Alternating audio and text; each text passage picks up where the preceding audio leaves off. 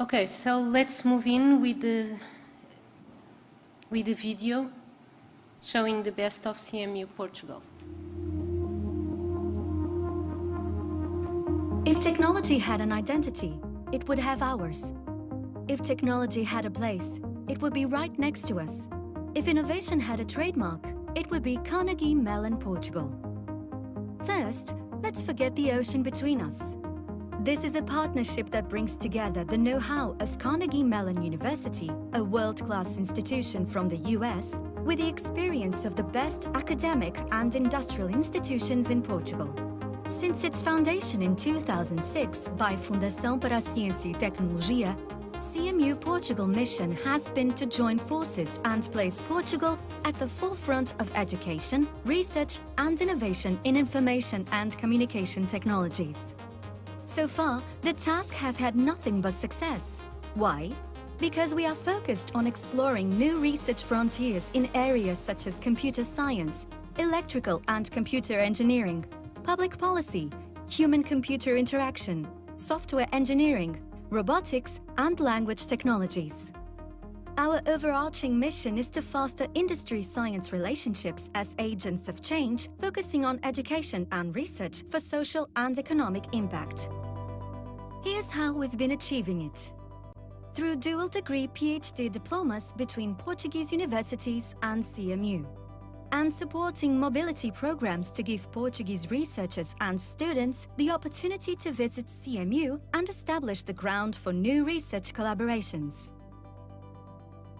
Research is a keystone of our partnership, and we are strongly committed to supporting groundbreaking projects in ICT, fostering interdisciplinary collaboration between industry and academia. Throughout the years, we have financially supported already over 72 collaborative projects. Recently, the most ambitious call under the program of the CMU Portugal. For the first time, 10 research projects are led by Portuguese companies, representing a strong public and private financial commitment to foster the cooperation between researchers from Portugal and CMU with national companies, promoting innovation and technology development for a global market. CMU Portugal has also been a hub for entrepreneurial initiatives, with 12 startups launched or facilitated by our activities. Together, they contributed to over $200 million of international investment, which allowed the creation of more than 1,000 qualified jobs. Most of all, we are proud of having built a strong research community that contributed effectively to an impressive number of publications, registered patents, and successful PhDs and master's theses. But the best is yet to come with new research projects and initiatives, connecting companies and academia on both sides of the Atlantic. This collaboration will keep on contributing to thrive in the innovation ecosystem. One thing is guaranteed. We will keep doing everything in our reach to bring technology into people's lives for an even brighter future.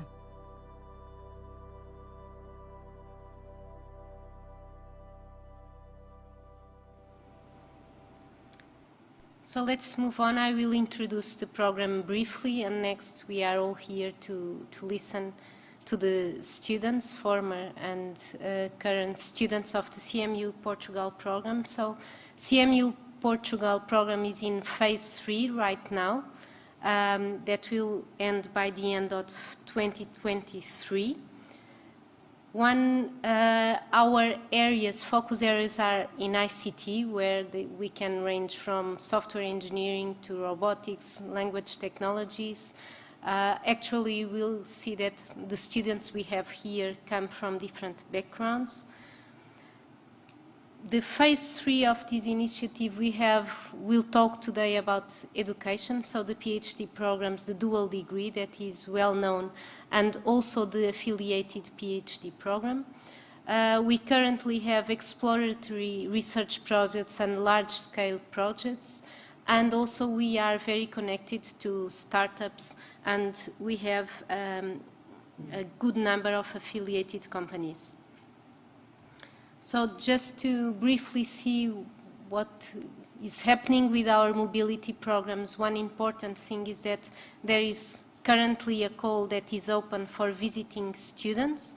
Actually, we had, as you may imagine, to stop the initiative, to cancel the initiative due to COVID-19, but now things are restarting. And we have, in terms of education, two different programs. One that is the dual degree program, where students spend up to 2 years at CMU and 3 years in a Portuguese university. At the end, they get 2 diplomas, one from CMU and another one from a Portuguese university. And we already have a good number of students in this dual degree program. We started last year with the affiliated programs, that is a 4-year program. The students are hosted by a PT university, do research here in Portugal, and can spend up to 12 months in CMU, and also have a co-supervisor from CMU. So let's move on. And things that are quite important is that we have the PhD candidates are connected with the projects, with the industry, and also they can do summer internships. And the goal here is that we have a strong industry collaboration. So let's move on. I will start by introducing João Magalhães, who will be sharing the session with myself. João Magalhães, that he's from FCT Universidade Nova de Lisboa. And we will then move on to listen to João Mendonça, Maria Casimiro, Alex Gaudio, who will be joining through Zoom, and Susana Brandão and Zita Marinho. So welcome and thank you for being here.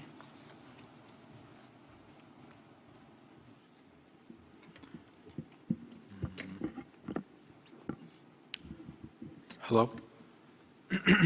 Good afternoon, everyone. Welcome to this session.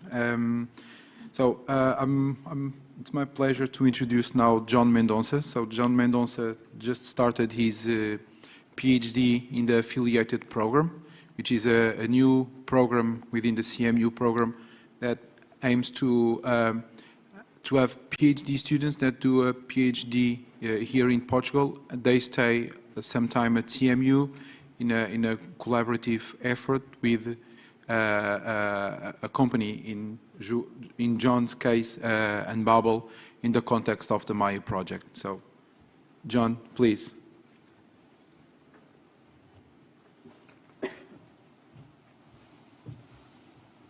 So let's see.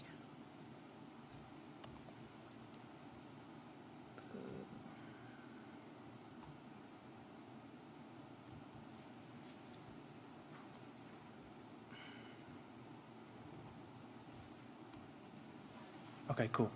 So, hello everyone, my name is João Mendonça, and as mentioned, I am a CMU Portugal affiliate PhD student. So, my PhD is in electrical and computer engineering, but more specific, I can tell you that I am working in natural language processing. So, my host institution here in Portugal is Instituto Superior Técnico and INESC ID, and when I'll be at CMU, I'll be working with researchers and faculty in the Language Technologies Institute. So I guess I can start by talking briefly about my journey onto research. So I started my master's in 2020 under the supervision of Isabel Trancoso and Rui Correia actually being a CMU Portugal dual degree alumnus. And so essentially during my master thesis, the idea was to use machine learning in speech paralinguistic tasks. And so we essentially tackled 2 different use cases. The first one, which was done in collaboration with Defined Crowds, now called Defined AI, which was the employer of Rui Correia. The idea there was to leverage machine learning methods in speech paralinguistics to identify fraudulent submissions in crowdsourced speech collections. And this is quite important because essentially in crowdsourcing, we want to make sure our data is as good as it can get. And so obviously having submissions by fraudulent users obviously decreases the quality of the data and is something of relevance in crowdsourced platforms. And so as a result of that, we actually got a paper accepted into the CSL, which we'll be presenting soon. In parallel, I actually done other research with other PhD students at INESC ID, and there we actually tackled analyzing breathing signals for a compare challenge, which is conducted yearly at InterSpeech. And so this was actually done during the peak of the COVID-19 in 2020. So obviously there was quite a frenzy in terms of research to gather, at least in speech linguistics, ideas and research so we could help out the COVID pandemic. And so as you can see, it was a quite fruitful master thesis. And so by the end of 2020, there was an opening for a PhD studentship at INESC ID and the Maya project, which is a large-scale collaborative project from CMU Portugal. And my supervisor at the time, Isabel Trancoso, urged me to join her and her team, and I gladly accepted. And here we are. So I guess I can talk briefly about the Maya project. So as I've mentioned, the Maya project is a large-scale collaborative research project that involves several different institutions. Here in Portugal, we have INESC ID, Instituto Técnico, Instituto de Telecomunicações, at CMU LTI, and we also have Babel as the ICT liaison. And so essentially with Maya, we want to assist human agents by developing intelligent agents. And so obviously, this is in the case of customer support chatbots. So you can see that there are plenty of issues that we can do to assist our human agents. So first and foremost, obviously, users speak very different languages and are native in different languages, which typically don't match with the agents. Typically, they speak English. And so obviously, one of the things we can help out our agents is by adding a machine translation layer on top of our system. But obviously, there are some issues with using machine translation, namely, sometimes the message is somewhat lost in terms of meaning. And so obviously, we have many other modules that we are planning on executing to help out customer support chatbots. And so, for instance, we have suggested answers, which obviously take into account user sentiment analysis and analysis of conversational quality. And analysis of conversational quality is actually my contribution to the Maya project. However, in my PhD, obviously we want to foster research and obviously help out in terms of state of the art beyond these sorts of dialogues. So in our area, we actually define different types of dialogue systems. In the case of Maya customer support, we actually define them as being task-oriented. Obviously, they have a task in mind, which is to help out the users and fix their grievances. But there are also other types of systems, and just to give you an idea, this is an open dialogue system, and here obviously the task at hand is quite different. Instead of meeting users' demands, the idea is to have a very fluent and interesting conversation. And obviously this is a very hot topic nowadays, given that we have machine learning systems that are able to produce very interesting conversations and seem very human-like. And so research in dialogue evaluation actually started in the 1950s with the work of Alan Turing. And at the time, the idea was, he developed what we call the Turing test. And the idea was essentially to identify a system in order to see if that system was able to, that system or machine, in this case chatbots, which we call them, was able to fool a human into thinking they were talking with a human as well. So as of 2022, we can say with almost utmost certainty that most dialogue systems, at least state-of-the-art systems, are able to pass this test and are able to fool a human.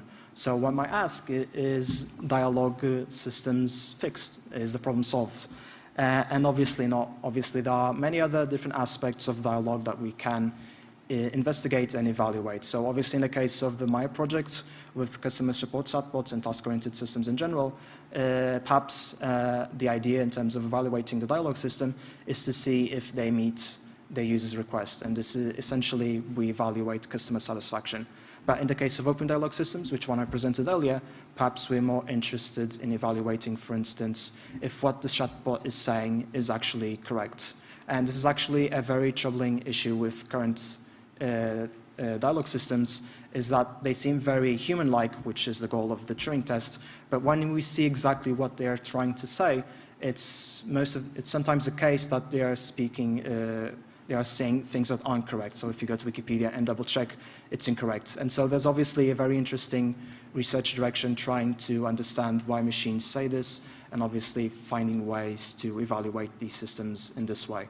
But obviously, besides factual groundedness, there are many other dialogue aspects or subqualities, which we like to call it, that we can use to evaluate dialogue systems. Another example I like to give is the system being empathetic or not, which is both useful in open dialogue and obviously in task-oriented dialogue systems. And so this is essentially what our research attempts to do at the moment. So our idea is to combine as many dialogue subqualities or aspects as possible, obviously the ones that make sense for the dialogue system and the evaluation, and we want to do this as efficiently as possible. Obviously there are recent prior work that attempts to do this, but typically they only use a subset of these dialogue subqualities, and they actually train a model for each individual subquality, which is both time consuming and computationally expensive. So our contribution, and we actually do have current work and the submission for a conference, is to do this only using a single transformer model, which is much more efficient. But obviously there are many other routes of research that we can tackle. For instance, one of the issues with dialogue systems is that they're typically monolingual, so most of the time they are in English or more recently in Mandarin. And that poses a problem, obviously, for metrics that attempt to evaluate dialogue systems. We want to make sure that they are language invariant, or that is multilingual. And so this is where NBabel joins us. So essentially NBabel, and we're working with NBabel in order to develop data sets that are both multilingual and domain independent, multi-domain. And so by domain, I mean, for instance, you can think of a single domain ticketing systems for airlines, another domain, online marketplaces. And so besides multilinguality, domain is actually another layer of complexity that we need to tackle. Obviously, if we train and evaluate metrics on a single domain, obviously it's the case that frequently happens that most of the time these metrics do not work that well for other sorts of domains. So obviously we're working very hard with NBabel in order to bring to the community data sets that are multilingual and multi-domain. And so this is exactly what we're planning to do at my stay at CMU. So being an affiliate student, I can spend up to a year at CMU. There I plan to do research with my co-supervisor in the United States, Alan Levy, and obviously other like-minded PhD students and faculty at the LTI, which have dialogue systems and dialogue system evaluation research in mind. And so for that, I'd like to obviously thank FCT and CMU Portugal Program for providing me the opportunity of staying in the US for up to a year, and obviously being a liaison between CMU and my host institution here in Portugal. So that's all in terms of my brief talk. If you have any questions, I'm not sure if we can discuss questions at the end, but if you have any issues or questions you might want, especially those online, you can send me an email. Thank you.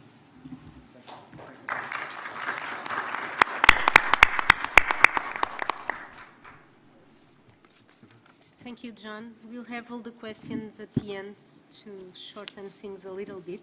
So now I will give the word to Maria Casimiro. So Maria Casimiro is currently a PhD student in the dual degree for software engineering, and she is in Portugal with Técnico and INESC ID. Thank you. So hi everyone, both in person and online.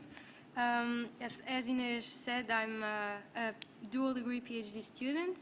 I'm more or less halfway in the program, and I've already had the chance of spending 1 year at CMU. Then there was COVID, I came back, and next year I'll be going back for my second year at CMU. I got my master's degree from Técnico in 2018, and then I joined the program a year later in 2019. And at the time I did not really know what I wanted to do in the future. And so the reason why I decided to apply for the CMU Portugal dual degree PhD was because I thought it was an amazing opportunity to explore more of the huge area that is computer science, which would allow me to understand what it is that I really like and wanted to do in the future.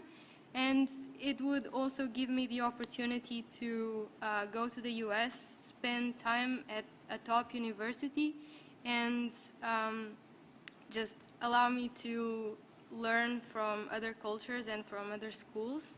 And so that's why I joined. And right now I've been working at the intersection of self-adaptive systems and machine learning. Basically, self-adaptive systems are systems that can change themselves during their operation, during runtime, in order to do better what they were built to do. And these systems, they now sometimes rely on machine learning techniques to make better decisions. And the problem I'm trying to address is how to ensure that the machine learning system, in these systems is performing as well as it should. And when it's not, then if we should do something to try and improve it. That's the general idea. And also, I've been applying these ideas to the specific context of fraud detection, which arose also, well, last year due to the CMU Portugal project called Camelot, in which both my advisors are involved. And due to this project, which is a collaboration between multiple institutions here at Portugal and Feedzai, it gave me the opportunity to do a summer internship at Feedzai last year.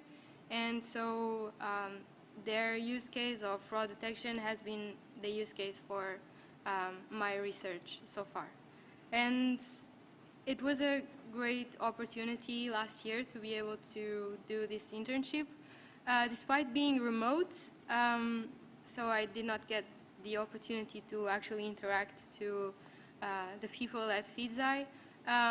I really learned a lot. It's very different doing research at a company or in academia, and it was really valuable to see how they organize themselves and plan for the future in order to ensure that their research succeeds. And so besides using their use case as my use case, I've also been trying to apply what I learned during my internship to improve my research methods. So yes, it was well, the whole CMU Portugal journey has been extremely fruitful, and I'm really happy to be part of the program and to have been given this opportunity. And yeah, I think I'll wrap it up here. Thank you so much.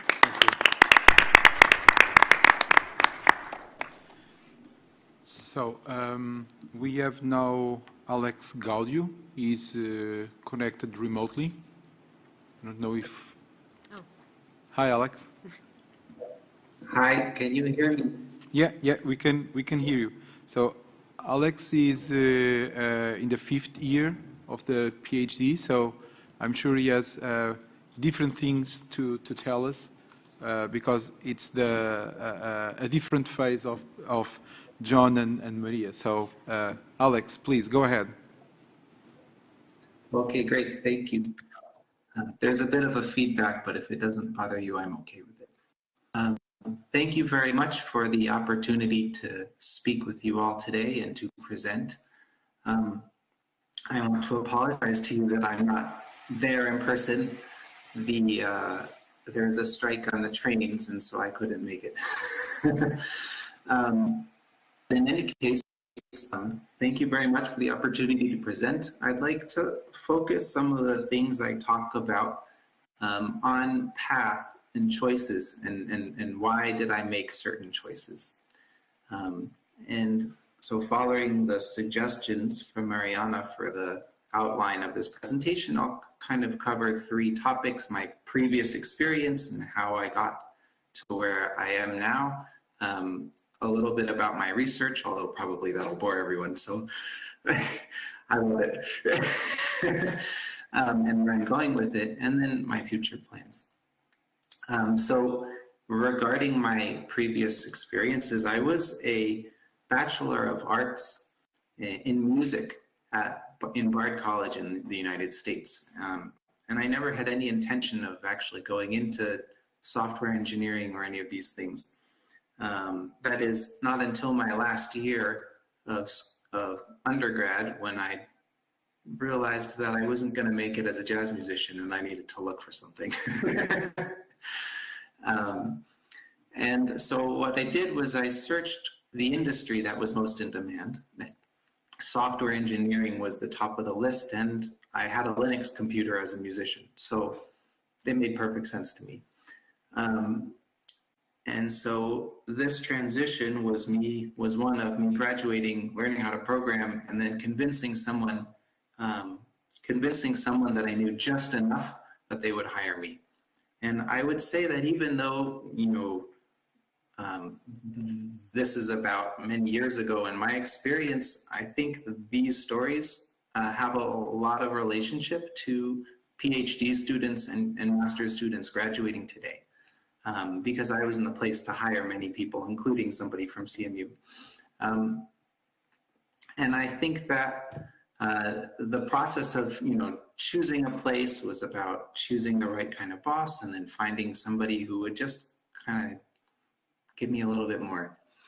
And I kind of rode this wave and very quickly learned that the things that I liked were in data science, which at the time was a budding field. Nobody was a data scientist yet.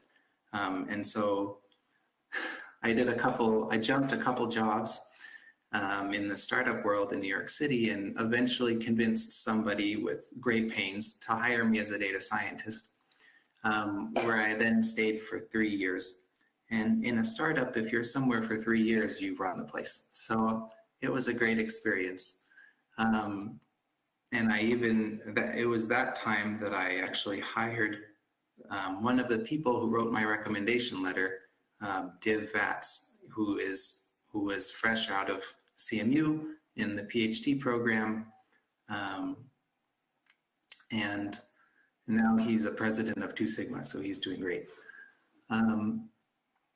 But my frustration kind of with riding the wave over a few years and kind of trying to always get to the top was you always are reaching for this goal that you can never hit.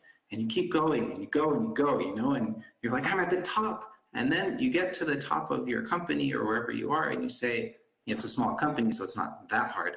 But you get to the top and then what? And then you look around and you're not happy. And so this was a huge frustration that I had. And some of the things that were driving my internal angst were to see, we released this huge product. It made tons of money. It was very successful.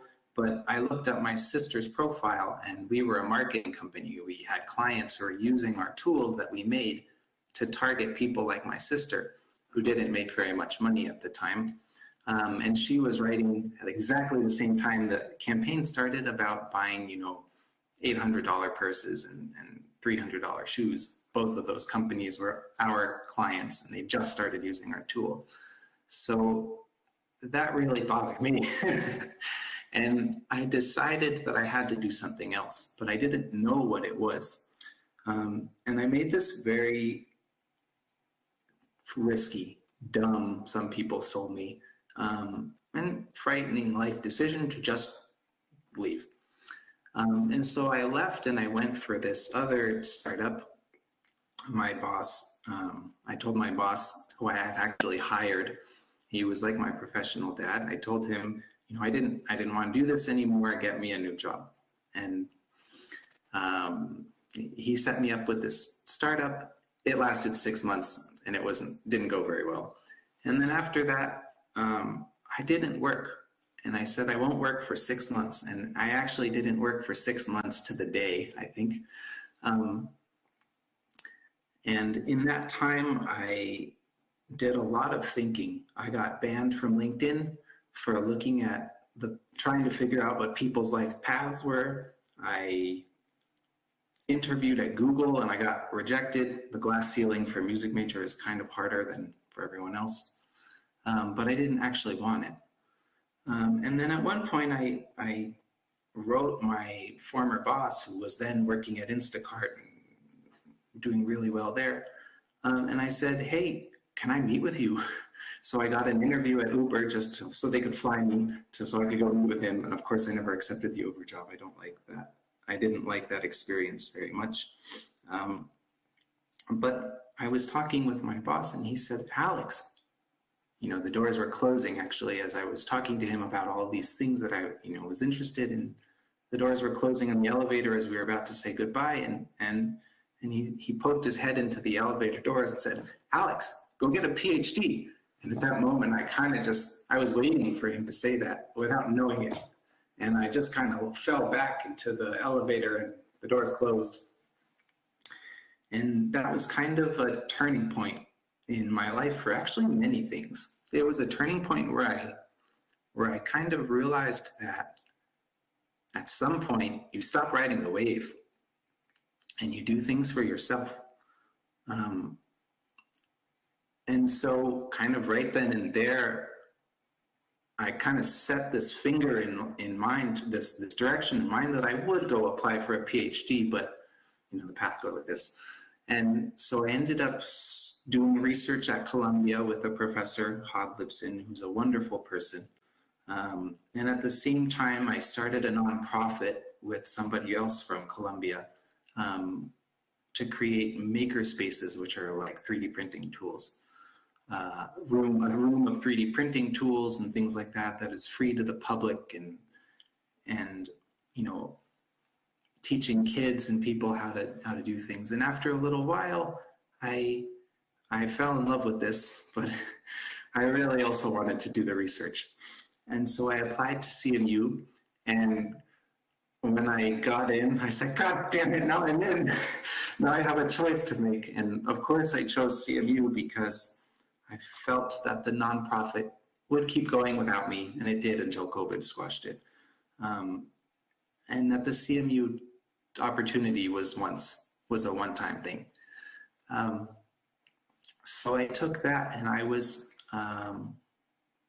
very happy with the choice. I am still very happy with the choice, and I think it's a great thing that I have done for myself and also for my family. Let's see. So when I got into CMU, I was kind of on the fence because my nonprofit was taking off. And my current advisor said, well, there's this program in Portugal where you can do both. You can be in both institutions and you can go live there. And so pretty much the moment he said that, I was sold. Because that just seemed like a really good opportunity. And it's a great opportunity, and I have really benefited by it. I've also been pained by it because of COVID, but it's not the program's fault at all, I don't think. And so now I've moved here with my 2 children and my wife, and we've lived in Portugal, and we're going to live here for about another year, a little more. And yeah, so that's been my path up to now, I think. And the research that I've been working on is explainable machine learning. So the first direction that I went in was diabetic retinopathy detection, and that was at CMU. And that was a fantastic area. I really, really loved it. And the pictures of a fundus image are beautiful. A retinal fundus image is the back of the eye. But at some point after the first year and a half, my advisor said, oh no, now we're going to switch to a new project. So we switched to the TAMI project, which is another great project about explainable machine learning for chest x-rays before COVID happened, and as well glaucoma and cervical cancer. And so now I'm working in those areas. And then I have a third area that's just starting to come out that is really truly my own thing, which is in cardiology data. And there's a professor who's a very new professor at FEUP and INESC Tech in Porto, named Francesco Rena. And he was working on these just really interesting things with heart sounds. And so I wrote to him and I said, I love to work with you. I love this. And so we started working together. We have our first paper submission under review. It will almost certainly get accepted. And then we're working on towards a second. And one of the things that is really drawing me to this actually is the fact that the cardiology data, this cardiology data set project, is my dad is a cardiologist.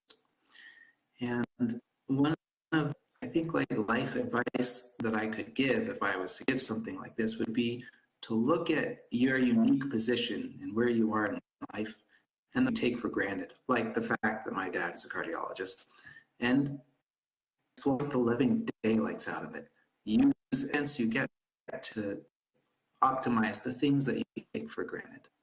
And so in doing this, I've started now this project with the Yale New Haven Medical Center in the United States, which is one of the biggest cardiology departments in the country, in the United States, to collect data sets for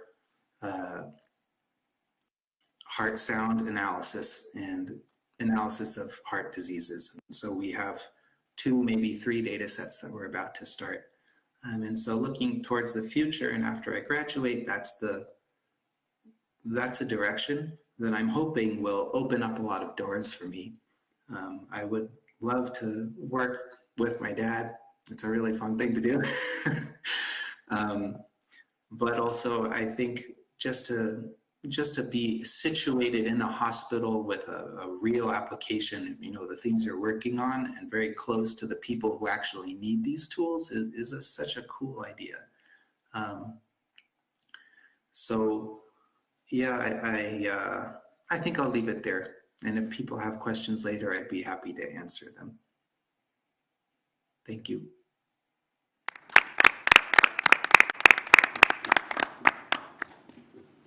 Thank you. So we will now move on. So we had one student, John, from the affiliated program. We had Maria and Alex with the dual degree program, who are currently students. And now we have 2 former students. We'll start with Susana Brandão, who finished the dual degree PhD in 2015. She was supervised by Manuela Veloso, and after the PhD, she became a data scientist, first at NOS and now at Feedzai. Thank you, Susana. So, hi. I think my story kind of overlaps with some of the stories I've heard here. So I started the program in 2009, and that was like 4 years after I finished my undergrad. So I studied physics, and I always wanted to do a PhD. Most of my friends were doing PhDs, my family also. They had lots of people in my at home with PhDs or that they were studying. Like that, not many, but at least half of my family has PhDs. So that was expected from me to have a PhD, basically. And after studying astrophysics, I started 1 year still doing research to see if that's what I really wanted to do. So I was not really ready to commit after my undergrad. And so after 1 year, I decided that probably that was not the best choice for me, because I was not really seeing what would I do with a PhD in astrophysics, like what would happen afterwards. And so I decided to go and find a job, which seems like a little bit more interesting, at least from the financial point of view, and to be independent and blah, blah, blah. So yeah, let's go and find a job. And luckily, and surprisingly for me at the time, it's kind of easy to get jobs when you come from physics. So I was working in space engineering, and then I was also working in strategy consulting at the Boston Consulting Group. And it was kind of nice, like I was well paid. I think it took me a while to get that much money as I was getting there. And so, but after a while, I was really, really bored. So after doing this, the jobs, what the feeling that I got was like the jobs that you get with an undergrad are not really that fulfilling. And so I went back to my initial dream, which was to do a PhD, but I wanted to do a PhD that will give me something when I finished, that I could actually use it and that I could create value with it, that I could be create something in the society that I could give back. Not that I think that physics does not contribute to society, don't get me wrong, I really like physics and I think it's important to understand what is around us, but it's not the same thing, really. When you think about it and what makes you feel happy with yourself, it's not the same thing. So I had the opportunity to meet someone that had finished his PhD with my advisor here at ISD, with João Paulo Costeira. So he was working at BCG, and he suggested me, go and talk with him. He's very good, he's very nice, just go and meet him. And I went, and he proposed me. He was at the time very involved in the CMU Portugal program, and he presented me the program. And for me, the program was really interesting because it had the opportunity to go abroad, and for me that was also important because again, like most of my friends were doing PhDs abroad. My sister was also like in Netherlands. I didn't want to be the one that stayed at home. But I also knew that was going to be very difficult. If I went abroad, it would be very difficult to return because I also had some friends that had finished their PhDs, and it's difficult to get a job back in Portugal, either in research or in a company. So it was very important for me this opportunity to be abroad and to have a degree from Carnegie Mellon, but I would still be in Portugal when I finished my degree. So I would still create a network in Portugal that then will help me to go back to the industry, or even if I wanted to do research, I would have a network here. I would build a network here.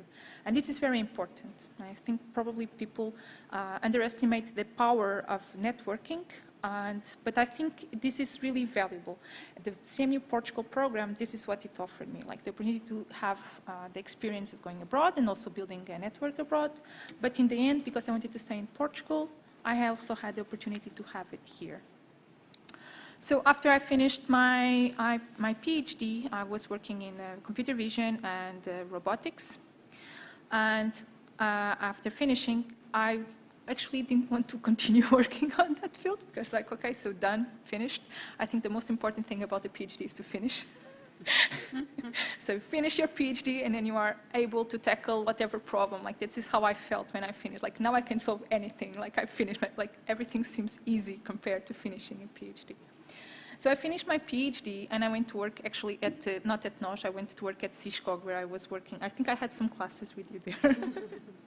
And so because I wanted to learn more about like optimization and Cisco has this really nice innovation center where they actually work and they have really cool solvers and they work with nonlinear optimization. So it's really fun and I was there learning and it was really fun.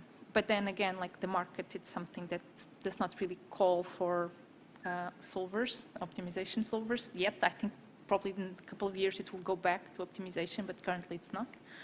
And I had a PhD where I had learned lots of machine learning, and I worked like all these positions for data science, and so eventually I just went to data science. I was working at NOS, and NOS is a really nice company for generalistic data science. So you get a project where you can build from like beginning to the end. Like you can think about the definition of the problem, you can work with the business side, and you can actually see the value. This is what I really wanted, like to see the value of what you are building. You can, like, I was working in quality of service, so I had to identify clients that had problems in their internet or television service. Please don't tell me if you had, like, I don't care. Right now, I no longer work there, so but it was really interesting because like I got to think not just how to detect these clients, but also how could we solve the client's problem. And the fact that I had to do this trade-off of like, what is the best things that I should be identifying with my problem? Like how can I really create, what type of use cases actually create value?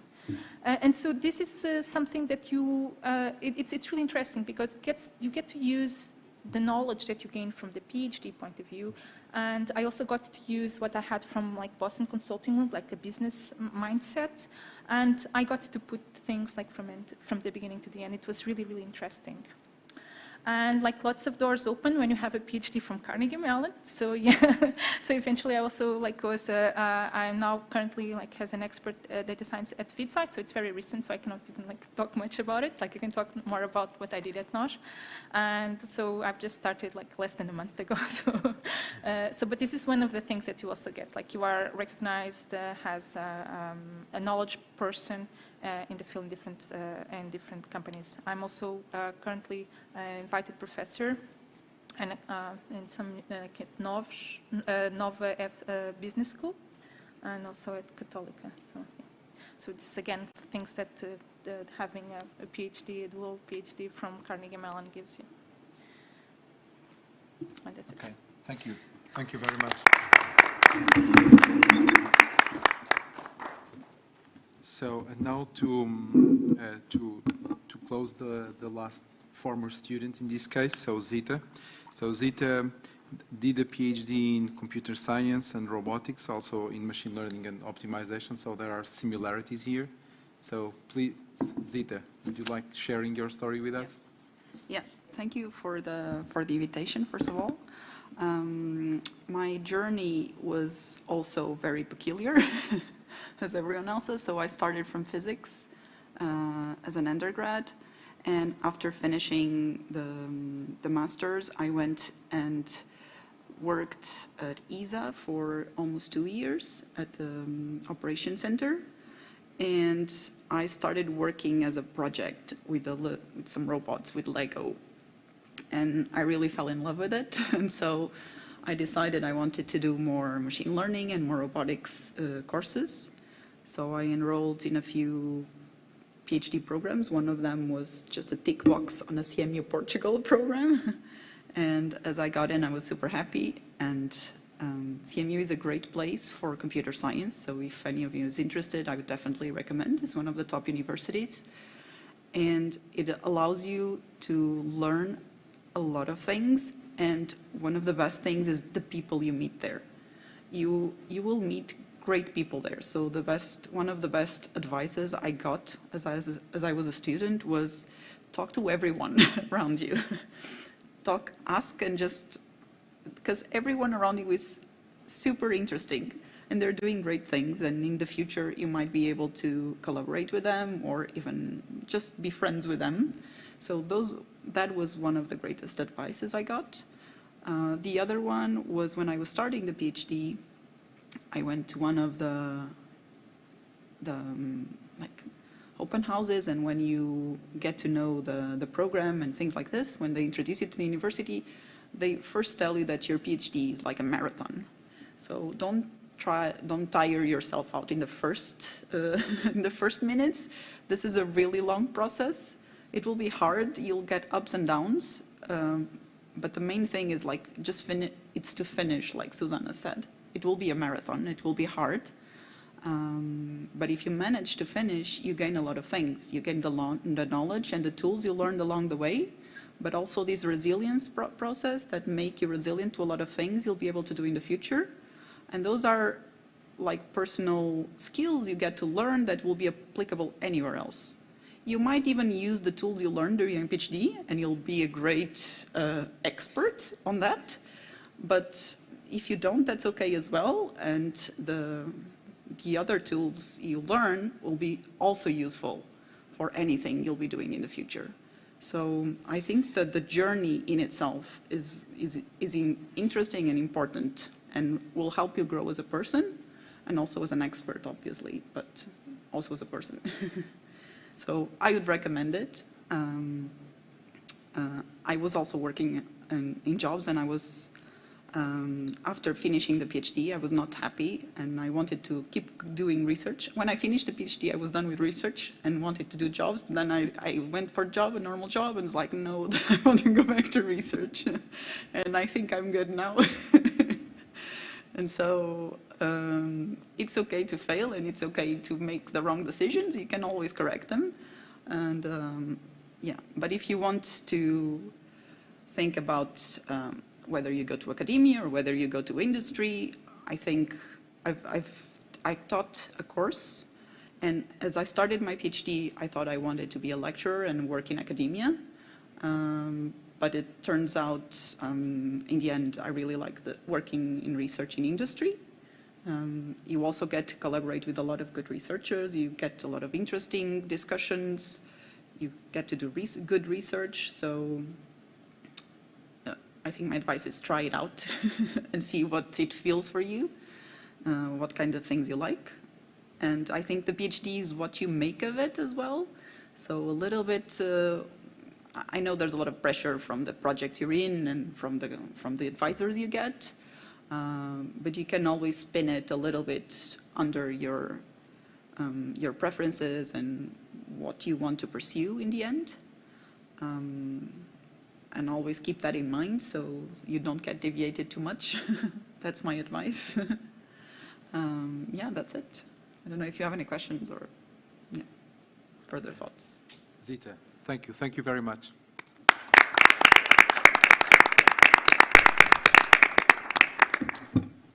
So we still have some time for questions. Maybe we can give a preference to remote people, because people that are here can follow up if needed. I don't know if there are any questions from people online. In the chat? No?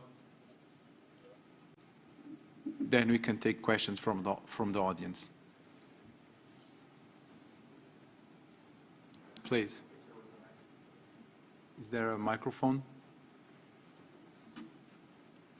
It's coming.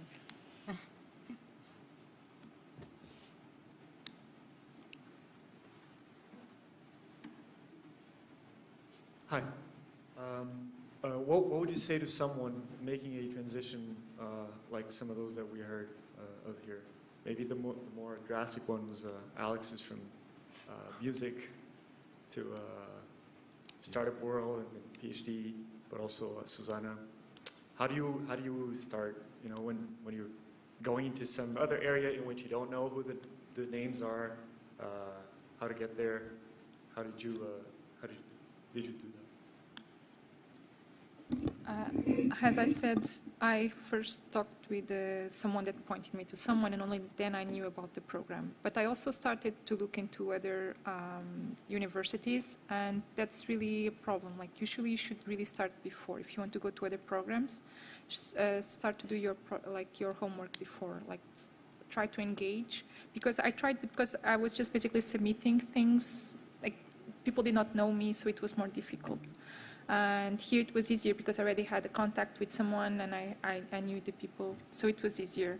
And so I think if you just look into, like, try to meet the people beforehand and send them emails, try to go and visit, I think it's probably it's going to be easier.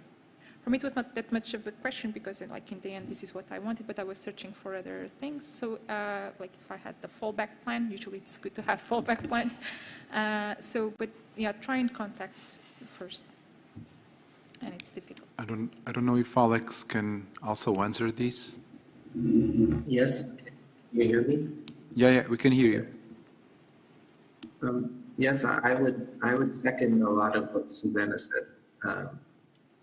Which is that if you can find people and meet them and basically shake hands with them and make friends with them, I feel that people have always wanted to help me when I had an idea and I could point a direction and point a finger in some kind of crazy direction, and it was, as long as the direction was something that the person who was listening to me understood and internalized and appreciated, I generally found people want to help. And I think that said, though, one of the things that's very hard to do is to actually find these people, find people and meet them is much harder said than done. And sometimes I think that, at least in my approach to how I've solved this very difficult problem, I'm not the best at it, obviously, but my approach sometimes has been to rethink my goal of what I'm trying to do. Sometimes the problem, the way you think about the problems that you have and the way you want to solve them is too narrow. And some doors, you can open them and go down the path, and it's just hard the whole way. It hurts, it's so hard. And other doors, you open them and they just look bland. I worked for, I think this is recorded, so I maybe won't say all the details, but I worked for a company once that looked not that exciting on paper, but actually it ended up, and I went for it because I knew somebody who worked there, and actually it ended up being one of my most rewarding experiences. It was an amazing thing. And so I think that the suggestion would be try to find and meet people, and if that's not working, just try to rethink the way you're solving your problem. Shoot for something boring and go gung-ho in it, and I guarantee you it won't be boring. It just won't. Yep. So I just would like to make an observation. So you have one of the directors of the program here, and Inês can somehow route you to the right person that may match your interests. So, any more questions? Yes, Pedro.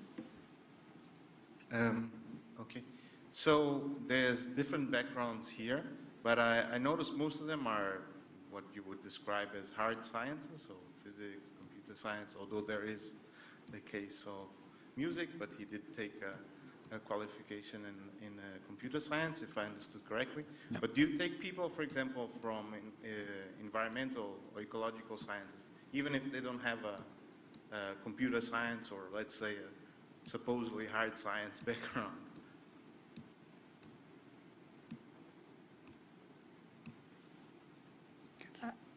I am not sure I understood the question. You are asking if they should apply for the PhD?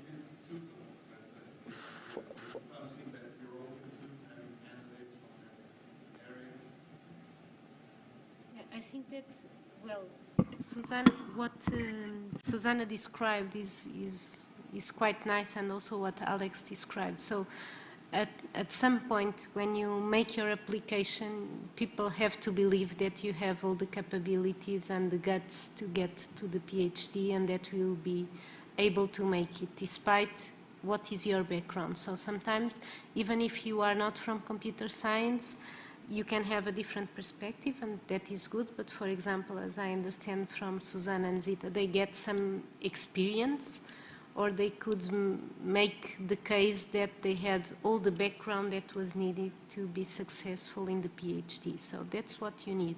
And if you think, well, maybe I will do some work before applying, you should build your CV so that it is strong enough. Because it's not a problem if you have a different background. It can even be an advantage because you have a different perspective, and these days computer science is quite interdisciplinary. So I would not see that as a problem, but sometimes you need to add some pieces to your CV to make it more credible. I can give an example of a colleague that, but it was a master she was in. So she was from arts, so she did from Belas Artes in Portugal, and what she did is like she took some courses, for example, from university, like online courses from universities, where she did actually the full work, like she had the degree for specific course, like learning Python and those things, and she had a degree that said that okay, so she took those courses, and with that she could apply to CMU Portugal as a master's student. And she did great now. I think she's working at Disney. I think the last time.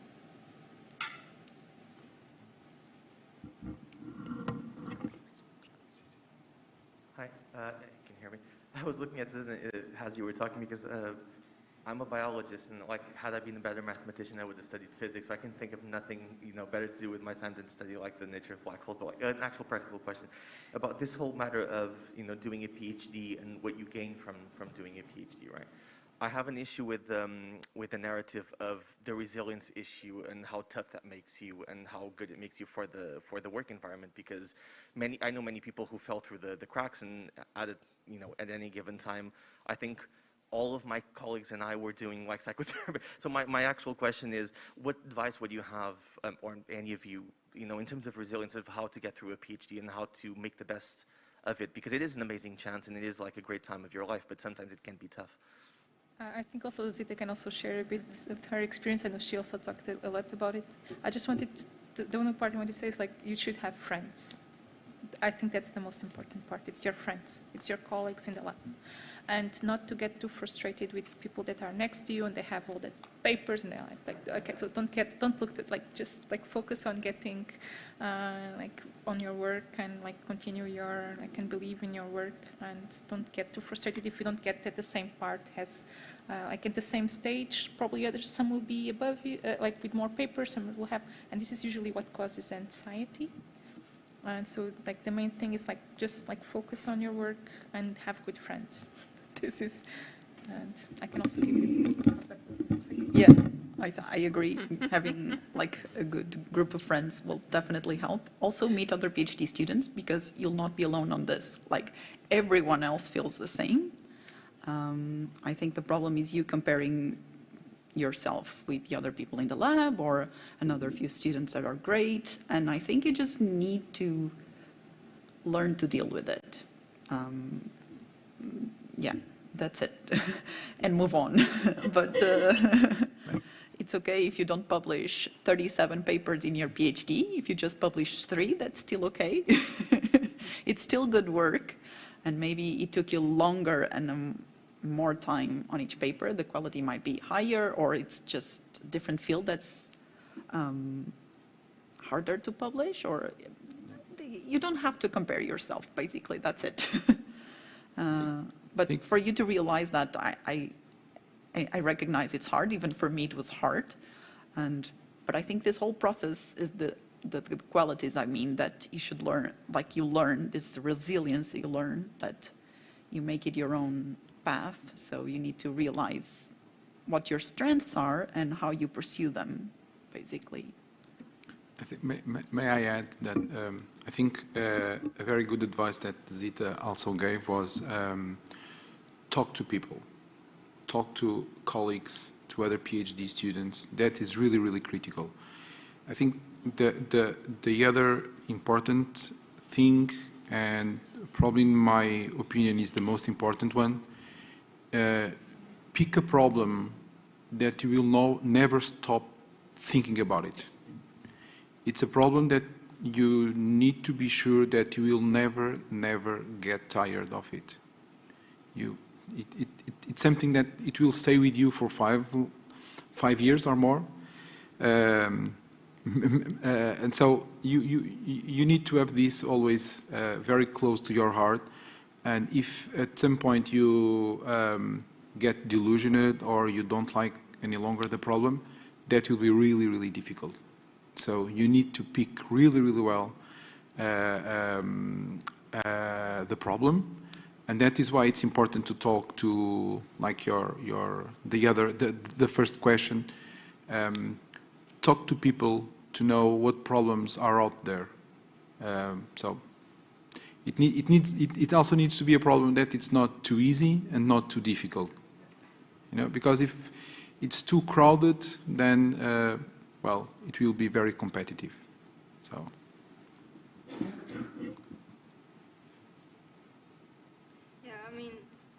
So I'm halfway, and so far, I think last year, I've been struggling with what you described with resiliency a lot, because also, especially with COVID and everything being online, I think it made everything much harder. And also, especially, everyone tells you not to compare yourself with others. But it's really difficult to find other metrics to evaluate your progress, so you always tend to look at what others have achieved and what you have achieved. And yeah, what I've been learning this past year is that if I show up every day and if I do the best I can, and if I'm always there every day trying to work on my problem and finding the solution, then I should just be happy with my progress, because I cannot do anything else. I mean, I have to sleep, I have to eat, and if I show up there every day and if I'm trying, then, well, that's what I have to do, and eventually the good results will show up. So I think that's what people should try to focus on and assimilate, I guess. It's not something you learn, it's just something you kind of get used to. Yeah. Progress is slow, but yeah, I expect it will arrive. Yeah, it's a marathon, as Zita was saying, right? Yeah. Hello? Hello? Yes, Oh, Alex? yes, okay. I would also say that this question of resilience is not one that is unique to the PhD. In my experience, before doing a PhD, I worked for 7 years. And I feel like I did most of my resilience training in the startup land, where every day you don't know if you're going to get fired the next day. And that's a very hard place to be, especially when you start to have children, you know, these things. And having gone through that, and now being a little older, from my perspective, like many of the challenges of the PhD are a breeze. But there are also many of them that are very difficult. They're just not the things that for me have been difficult, have been more related to living in a foreign country, things that I've never experienced. But what I'm trying to say is this question of resilience happens everywhere. You will encounter it no matter where you go. And I think what everybody, if I can try to summarize what everybody is saying, is that use people to help you, and it's about your path. And just focus. You can't love others until you love yourself. Kind of this idea is one that I've adopted, and I think it works very well. You just have to kind of learn how to love all of the things inside of you and then grow them so that you can share it with everyone else and teach other people to do the same. And I think once you get going on this, sometimes it spirals in this wonderful direction. Sometimes. I think just to add something, I think it's also it's important to do good research, but what is the most important thing is that you learn how to do good research, because you're a PhD student. You're not a researcher yet, so you're being trained to become a scientist. It's a student. It's not. You're not a full-time researcher yet. You're still studying and learning how to become a top researcher or a good researcher. Okay, so that's important. Of course, that publications is an easy metric, of course, but you can see quality in your final thesis, in the papers that you write. So it's not just the number of papers, it's the quality that you, how you, in your speech, where you put the importance. There you see the scientist. Okay? That, I think this is also important for you, and not, well, it's also important, but it's not the key thing. Okay? So, more questions? We still have time, so we... Oh, not really. Not much time. Maybe I will just make one comment, and if someone wants to add something, and when we will be done afterwards. One of the things that is quite clear here from all of you is that you think about your career and about your future when you are a student, but also afterwards, and you see industry as something that is the right place to be. And I think that, well, the traditional PhD has some strong connections with academia, when a PhD is much more than continuing the career in the academia. But it's something that you got from your experience in CMU, is something that you see for those who have already finished a PhD. You see that it was, so people recognize your PhD as something that is valuable. Yeah, definitely. So even as a requirement in some positions, you need to get a PhD to be, for example, a research scientist in some companies, right? Otherwise, you'll have to follow the path of a research engineer or some other path, right? Or if you want to grow in your position as a research scientist in a company, if you want to be in a management position or leading a research group, it's usually a requirement to have a PhD. Might not even be in the field. I know a few companies that is not tightly connected to the field, but they do require a PhD. So it's not a, so when people tell you, oh, but you are going to work in industry, why are you taking a PhD? In my program, for example, there was a girl that she entered the PhD because she wanted to grow as an engineer in the industry. Because she felt that if you don't have a PhD, you have a certain gap that you cannot pass, and you need a PhD. So it's no longer just going to academia. I feel that also if you want to grow inside a company, or yeah, you also benefit from having a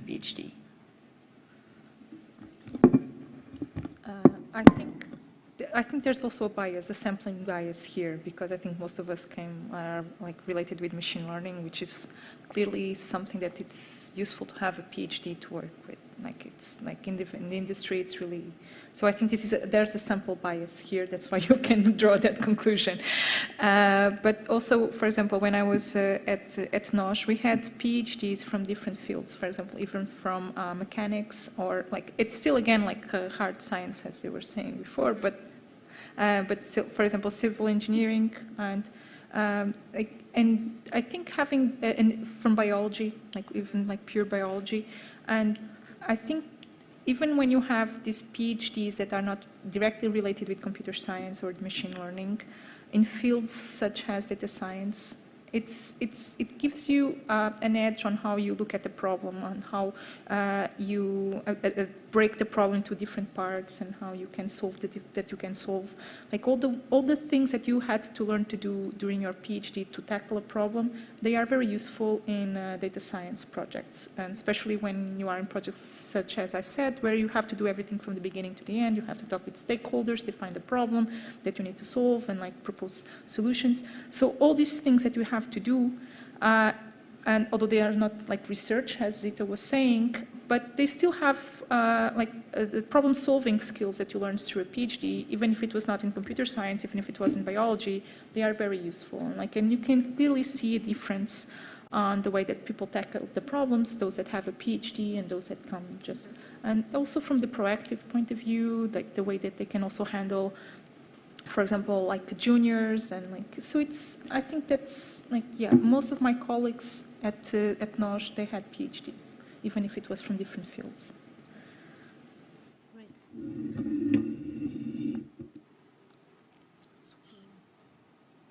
Anything about your experience with this industry, or it's yet to come after the PhD? Yes, I think it's a bit yet to come. Although I had the experience of the internship. Mm-hmm. Yes, well, I was at the research department, so a lot of people there also had PhDs. So I'm also a bit biased, I guess, because yeah, I think typically if you want to, well, maybe not, but yeah, I think typically if you want to work for a research department at a company, they usually prefer that you have a PhD. Mm-hmm. But not everyone there had one, I think. Yeah, so I don't know. I don't yet have a full opinion. Okay, thank you. Okay, I think we can close now. We can close. Thank you the very session. much. Thank you, Alex, and thank you for those being here. And see you next year, I hope. Thank you.